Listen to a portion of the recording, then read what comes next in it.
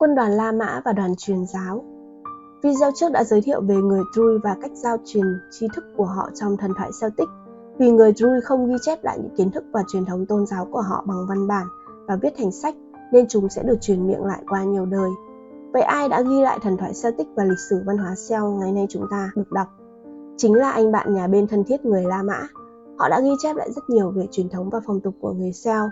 Sau này khi La Mã xâm chiếm khu vực Gaul và quần đảo Anh, chia thành khu vực Great Britain, họ đã thu thập và ghi lại nhiều phong tục dân gian địa phương và thậm chí còn đưa các phong tục dân gian địa phương hòa nhập vào văn hóa của đế chế La Mã để thuận tiện cho việc cai trị. Có một lượng lớn bằng chứng khảo cổ học do người Celt để lại, đặc biệt là bằng chứng về các bức họa và những tác phẩm văn học. Một số lượng lớn trong số đó đến vùng Gaul của La Mã và nước Anh ở phía Tây. Ví dụ điển hình nhất là người La Mã đã đưa lễ Samhain vào hệ thống tôn giáo của họ, thậm chí chào đón một số vị thần Celtic vào đền Pantheon của La Mã. Nhưng dù thế nào đi nữa, vẫn là văn hóa từ quốc gia khác, nên người La Mã sẽ có thành kiến văn hóa và sẽ xóa bỏ những thứ không có lợi cho họ, tái cấu trúc lại sao cho hợp lý. Quá trình này văn hóa người Celt bị ảnh hưởng nhiều từ La Mã, nhưng chúng ta vẫn có thể dễ dàng phân loại các dấu vết của thần thoại Celtic cổ xưa thông qua những dấu vết lịch sử này.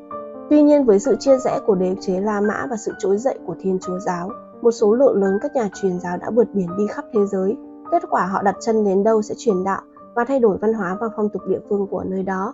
Họ thậm chí còn hiểu sai niềm tin tôn giáo địa phương và các vị thần bản địa, thậm chí mô tả họ như những con quỷ tàn ác và lừa đảo. Ví dụ điển hình nhất là vị thần cổ xưa, thần rừng, thần đất, vị thần kiến tạo Cernunnos, vị thần đầu sừng bị ác hóa thành quỷ Satan, thần mặt trời lắc trở thành con quỷ ruồi. Những nhà truyền giáo của Thiên Chúa giáo đã đến đảo Ireland và xứ Wales để thuyết giảng, ghi lại rất nhiều huyền thoại truyền thuyết và phong tục dân gian địa phương, và tất nhiên nó bị chỉnh sửa theo cảm xúc và góc nhìn chủ quan của người viết. Nhà truyền giáo nổi tiếng nhất trong số họ là Gildas, người đã viết cuốn Sự sụp đổ và chinh phạt đảo Anh và cuộc đời của các vị thánh. Nhưng điều thú vị nhất là Gildas không phải là người nước ngoài đến đây truyền đạo, mà ông chính là người dân địa phương đã được rửa tội. Gildas đã viết trong cuốn Cuộc đời của các vị thánh: tôi sẽ không liệt kê số lượng yêu quái ở vùng đất này. Những nỗi ám ảnh ở Ai Cập cũng có rất nhiều quái vật, một số trong đó chúng ta vẫn có thể nhìn thấy cho đến ngày nay. Dù ở trong hay ngoài những bức tường thành hoang vắng, chúng vẫn kiêu ngạo, xấu xí, u ám như ngày nào. Tôi sẽ không nói cho bạn biết tên của những ngọn núi, ngọn đồi và dòng sông đó. Chúng đã từng rất độc ác và bây giờ chúng lại có ích cho mọi người, vì có một người mù đã xây đắp sự thiêng liêng của các thánh thần trên những ngọn núi, ngọn đồi và những dòng sông này. Từ đoạn văn ngắn này chúng ta có thể thấy nhà truyền giáo này có thái độ khinh thường và phân biệt đối xử với chính văn hóa địa phương đến mức nào.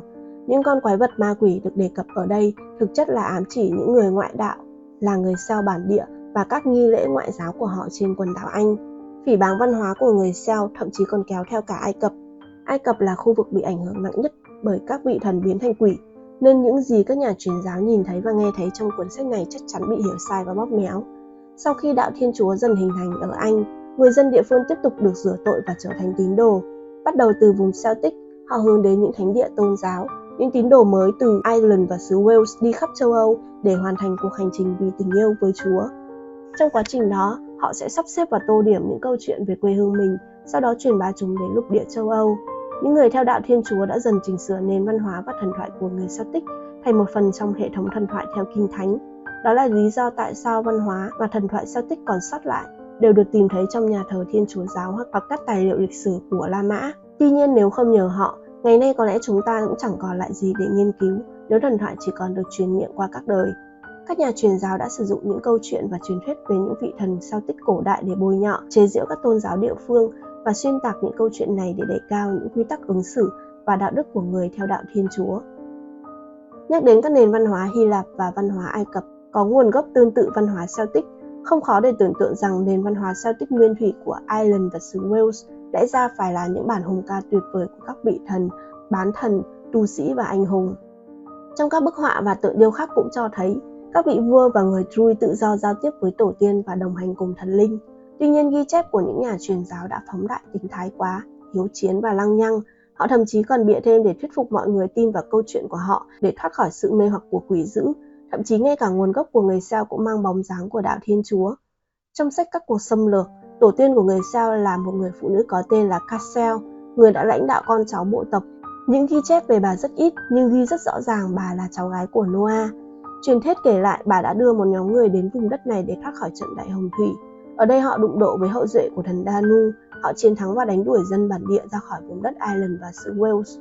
Hậu duệ của thần tộc Danu không còn lựa chọn nào khác ngoài việc ẩn náu dưới lòng đất và tạo ra một thế giới song song giống hệt với thế giới trên mặt đất. Theo truyền thuyết, những vị thần này sống trong các gò đất dưới lòng đất. Vùng đất này đã thuộc về người Semitic. Khi La Mã cai trị tỉnh Britannia, họ đã đem văn hóa và thần thoại của mình hòa nhập vào lãnh thổ Ireland và xứ Wales. Người La Mã đã phá hủy hệ thống thần thoại Celtic, hợp nhất các vị thần của các vùng đất vào với nhau.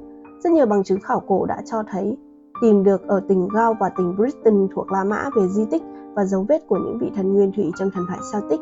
Ví dụ như thần tấm Taranis, nữ thần ngựa Epona và 3 vị thần đất mẹ. Những vị thần châu Âu này được người La Mã đưa đến Ireland và xứ Wales. Họ không chỉ đến từ La Mã mà một số còn đến từ nhóm người Celt ở châu Âu, vùng Gaul và những nơi khác. Những sản phẩm này cũng tác động rất lớn đến thần thoại địa phương. Giống như thần Taranis vừa là thần bão, lại vừa là thần mặt trời. Biểu tượng của ngài là bánh xe ánh sáng mặt trời phía sau đầu, đại bàng, cây cối và tia sét. Nhiều hình ảnh về Taranis được lồng ghép vào thần thoại xứ Wales và Ireland. Điều này bao gồm truyền thuyết về Lugh, thần mặt trời trong thần thoại Celtic, và câu chuyện Lugh chiến đấu với bộ tộc Fomorian Balor độc ác, lồng ghép thêm câu chuyện Lugh chiến đấu với một tên khổng lồ nửa người nửa rắn. Ngoài ra, Taranis và Lugh được cho là cùng nguồn gốc với thần Odin trong thần thoại Bắc Âu.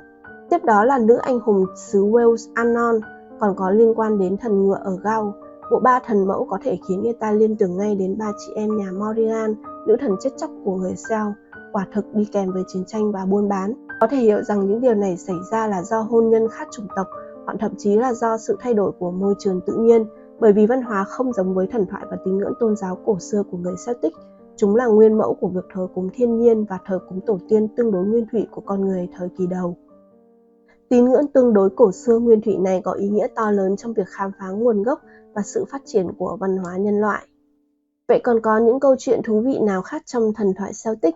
Video sau chúng ta sẽ tìm hiểu về thánh địa Avalon của tinh linh.